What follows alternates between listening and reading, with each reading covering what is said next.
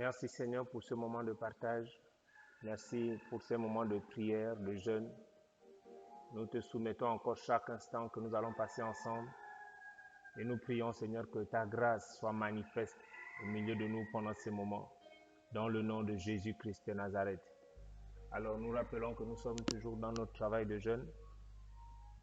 Et le thème de notre moment de prière est « Fais luire ta face sur ton Église, ô Éternel. Fais luire ta face sur ton Église, ô Éternel. » Et ce temps de prière est en train d'aller tout doucement vers sa fin.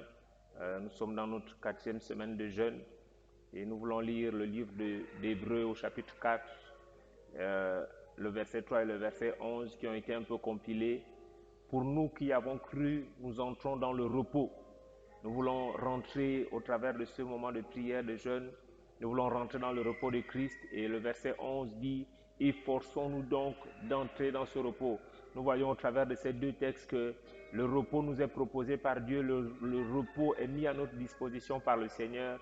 Mais nous avons besoin de nous efforcer à entrer. Parce que beaucoup de choses nous empêchent d'entrer. Beaucoup de choses nous éloignent de la présence de Dieu. Mais nous avons besoin de nous efforcer à rentrer. Pour cette 4e semaine, le thème est « Le 4e être vivant est semblable à un aigle qui vole ». Le 4e être vivant est semblable à un aigle qui vole. Et nous voulons voir le principe de l'aigle pendant cette semaine et pendant ces jours qui arrivent. La Bible nous enseigne que Jean a vu ces 4 êtres vivants dans le ciel et nous avons pu étudier tous les 4 pendant ce mois de jeûne. Et pour terminer, donc cette dernière semaine, nous sommes sur la face de l'aigle. Le 4e être vivant ressemble à un aigle qui vole. L'aigle qui vole, représente, manifeste, démontre un caractère de Dieu. C'est le Dieu qui protège et qui nourrit ses enfants. Et nous voulons bénéficier de ce caractère de l'aigle en disant « Fais luire ta face sur ton Église, ô Éternel ». L'aigle qui vole, à cause de l'aigle qui vole, à cause du fait que ce 4e être vivant ressemble à un aigle qui vole, nous pouvons avec assurance nous approprier le secours de Dieu. Nous pouvons avec assurance nous approprier du secours de Dieu. Et le thème de ce mardi 31 mars 2020 n'est autre que Christ, mon roi, mon Seigneur, mon berger.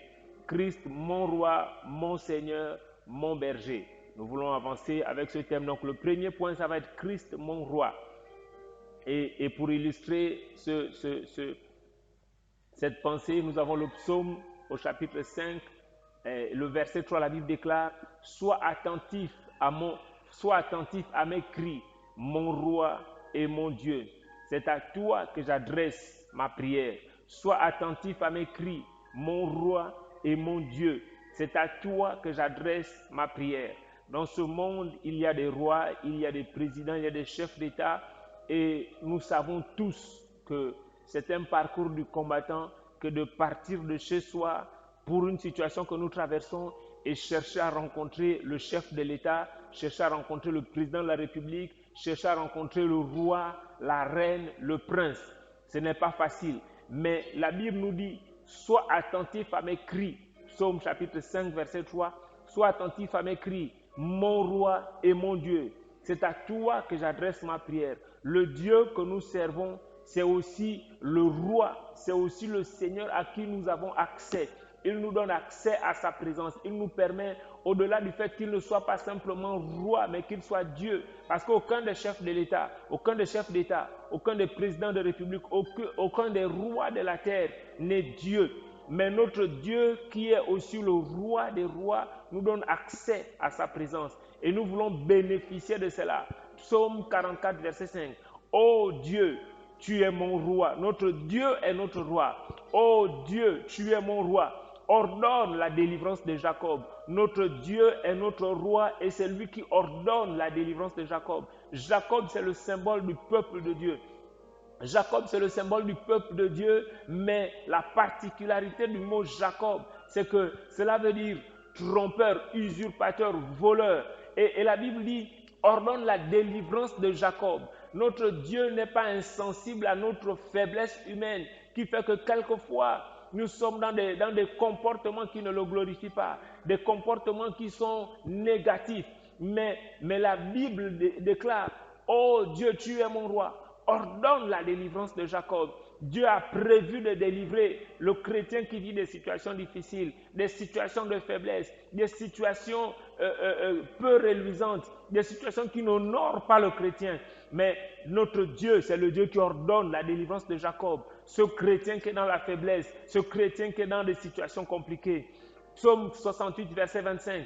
Il voit ta marche, ô Dieu, la marche de mon Dieu, de mon roi dans le sanctuaire. Le Dieu que je sers, le Dieu que tu sers, c'est un Dieu qui est un roi. C'est un Dieu qui vit dans le sanctuaire, qui vit dans les lieux élevés, qui est dans une position d'autorité, d'élévation, de gloire, de succès, de victoire. Et ce Dieu qui est notre Dieu voit, ce Dieu qui est notre Dieu voit notre situation. Il connaît notre situation et il est prêt à intervenir de manière miraculeuse. Psaume 145, verset 1. Louange de David. Je t'exalte, ô mon Dieu, mon roi, et je bénirai ton nom à toujours et à perpétuité. Le Dieu que nous servons est digne de louange. Il est digne de recevoir notre louange. Il est digne d'être béni, d'être glorifié, d'être célébré.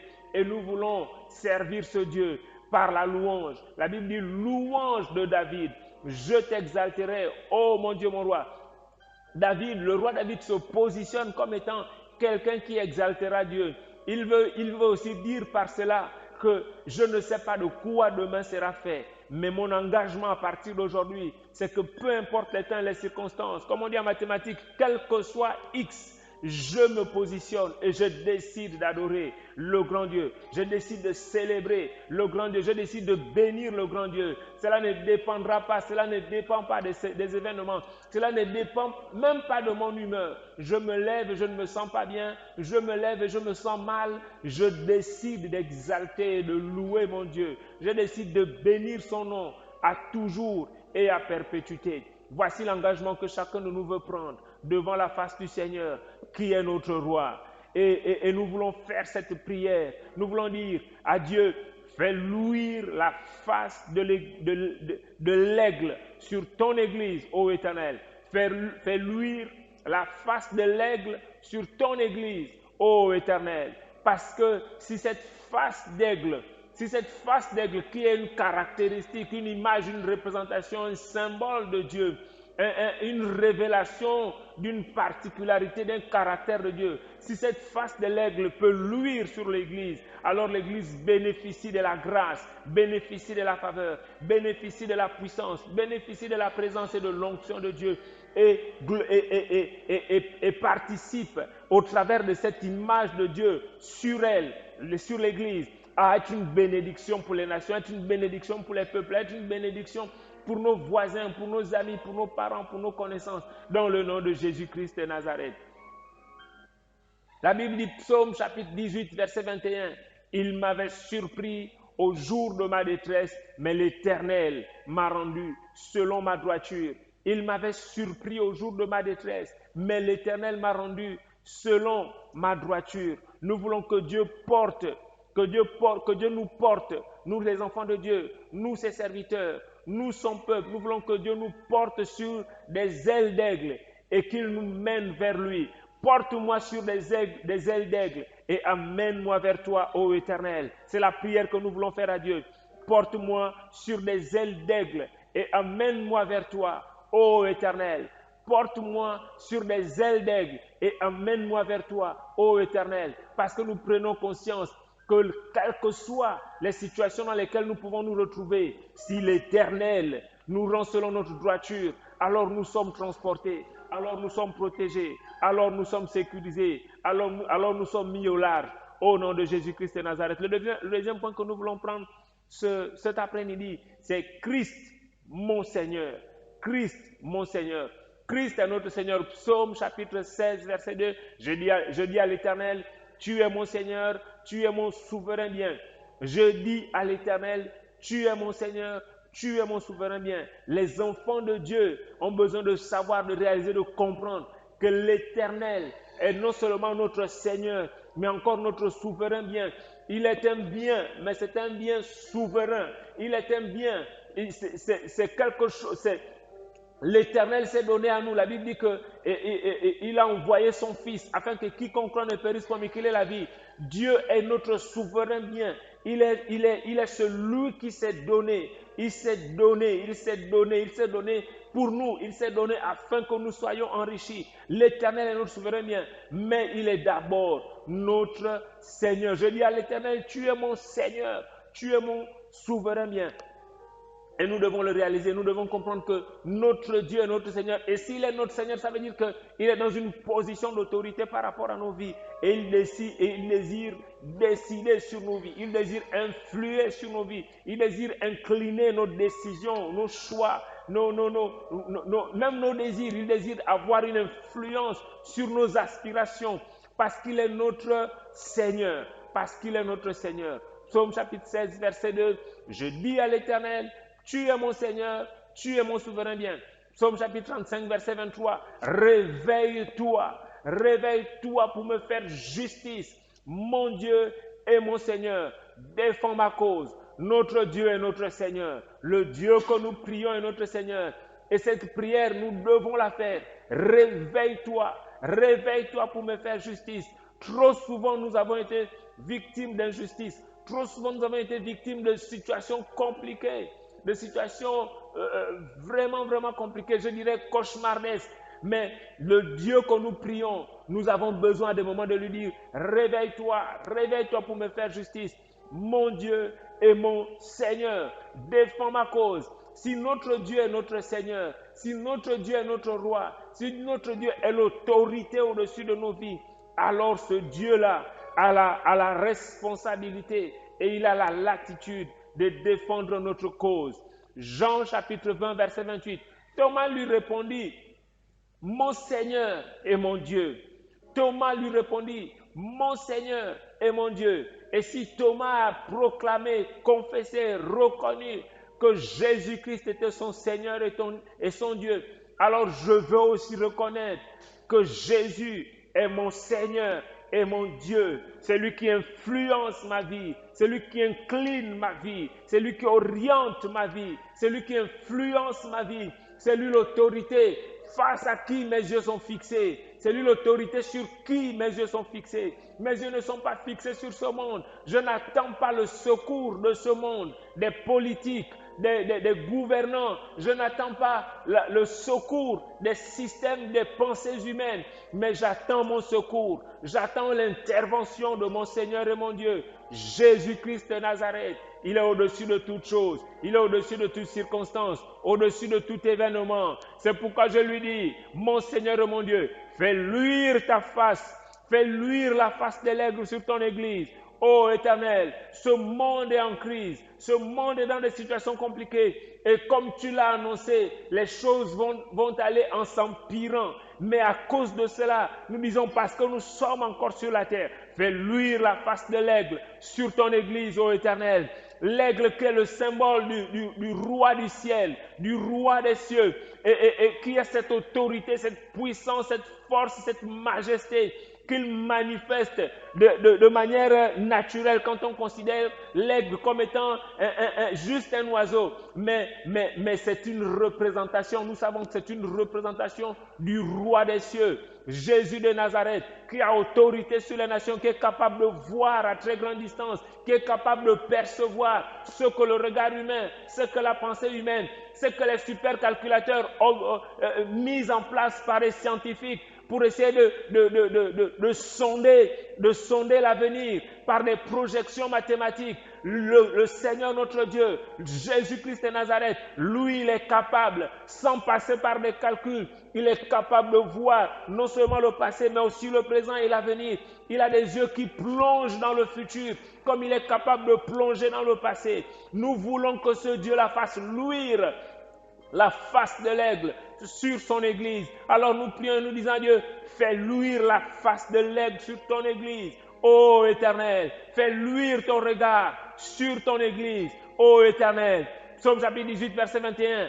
Il m'avait surpris au jour de ma détresse, mais l'Éternel m'a rendu selon la pureté de mes mains devant ses yeux. L'Éternel est le Dieu qui sonde les profondeurs de nos actes, qui regarde jusqu'au fond de nos motivations, qui regarde jusqu'au fond de ce qui nous inspire pour poser les actes. Et la Bible dit, il m'avait surpris au jour de ma détresse. Le diable s'est souvent levé, il a souvent profité. La Bible nous dit que lorsque Jésus a eu faim, le diable s'est présenté. Et lorsque nous sommes dans des situations de crise, des situations de détresse, des situations d'angoisse, des situations de complications, le diable se lève. Et Psaume 18, 21 dit, il m'avait surpris au jour de ma détresse, mais l'Éternel m'a rendu selon la pureté de mes mains devant ses yeux.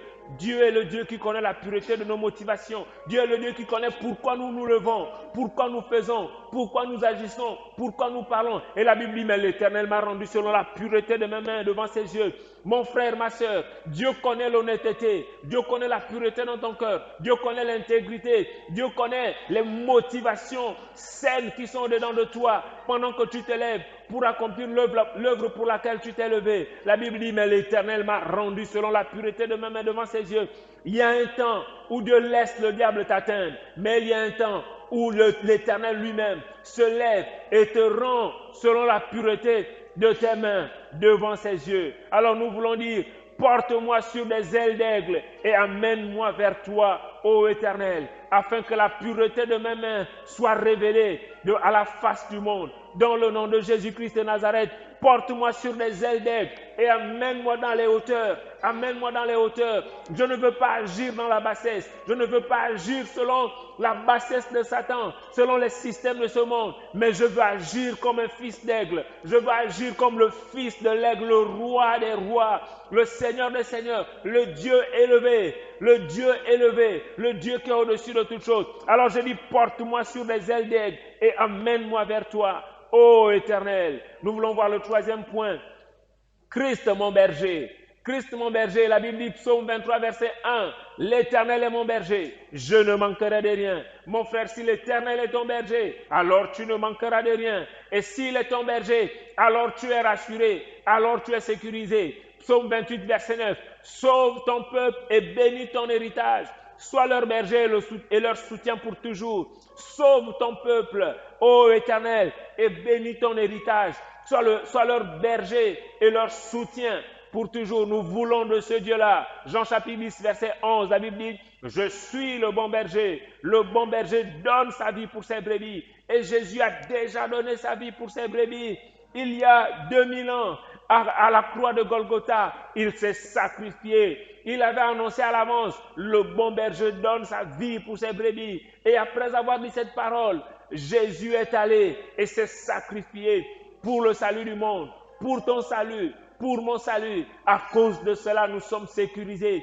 À cause de cela, nous sommes en paix. À cause de cela, nous ne sommes pas dans l'angoisse. À cause de cela, quand le monde va mal, quand les situations s'empirent, quand les situations se compliquent, quand les pronostics ne sont pas favorables, quand les projections ne sont pas favorables, quand les estimations des hommes sont chaotiques, désastreuses, quand la météo annonce le mauvais temps, l'Éternel est notre berger. Il a dit, je suis le bon berger. Il n'est pas juste le berger, mais il est le bon berger. Vous imaginez, même quand un berger n'est pas bon, il va quand même prendre les brebis pour les amener dans les pâturages, afin que les brebis puissent se nourrir. Mais vous imaginez, il a dit, je suis le bon berger. Ça veut dire que non seulement il est bon, non seulement il est compétent, mais il est présent, il est là, il ne manquera jamais à ses rendez-vous. Chaque fois que nous aurons rendez-vous avec lui, il sera là. Chaque fois que nous serons devant une situation de besoin, il sera là. Mais ce n'est pas juste, il n'est pas juste le bon berger qui nous conduit vers pâturage. La Bible dit qu'il nous dirige près des eaux paisibles. La Bible dit qu'il restaure nos âmes. La restauration des âmes est quelque chose de très important parce que le monde dans lequel nous vivons est un monde rempli d'agressions, rempli de blessures, on parle beaucoup de blessures émotionnelles dans notre monde. Mais l'Éternel dit, il guérit mon âme, il restaure mon âme. Ça veut dire qu'il est capable de plonger ses regards comme ce regard de l'aigle qui est plongeant. Il est capable de plonger ses regards jusqu'au plus profond de nos âmes et il décelait des blessures émotionnelles. Et la Bible dit, il restaure mon âme. L'Éternel est le Dieu qui est capable de te guérir de tes blessures émotionnelles, les blessures que t'ont infligées ton passé, les blessures que t'ont infligées ton vécu. L'Éternel est le bon berger. Il est capable de guérir. Il est capable de guérir. Il est capable de guérir. Par son sang, tu es guéri. Par son sang, ton âme est restaurée. Par son sang, ton âme est lavée. Ta vie est complètement transformée. L'Éternel est ce berger-là. Et nous voulons, à cause de cela, faire encore la même prière. Fais luire la face de l'aigle sur ton église, ô Éternel. Fais luire la face de l'aigle sur ton église, ô Éternel. Psaume chapitre 18, verset 29. Il m'avait surpris au jour de ma détresse, mais l'Éternel a fait briller ma lumière. Il m'avait surpris au jour de ma détresse, mais l'Éternel a fait briller ma lumière. Peu importe à quel moment on t'a surpris, peu importe dans quoi tu as été surpris, si l'Éternel est ton Dieu, alors l'Éternel fera briller ta lumière. Alors l'Éternel te donnera ce que le monde ne peut pas donner. L'Éternel te donnera ce que personne dans les cieux, sur la terre et sous la terre ne sera jamais capable de te donner. Alors nous voulons faire cette prière. Porte-moi sur des ailes d'aigle et amène-moi vers toi, ô Éternel, parce que c'est là où tu feras briller ma lumière. C'est là où tu me donneras la victoire. Au nom de Jésus-Christ de Nazareth, que l'Église œuvre pour ce qui est éternel. Que l'Église soit ivre du Saint-Esprit et que l'Église soit ivre du Saint-Esprit de jour comme de nuit, en tout temps, en toutes circonstances, en toute situation. Nous voulons que l'Église soit ivre du Saint-Esprit afin d'expérimenter le visage de l'aigle, la face de l'aigle au quotidien. Au nom de Jésus-Christ de Nazareth, nous disons Amen, Amen, Amen.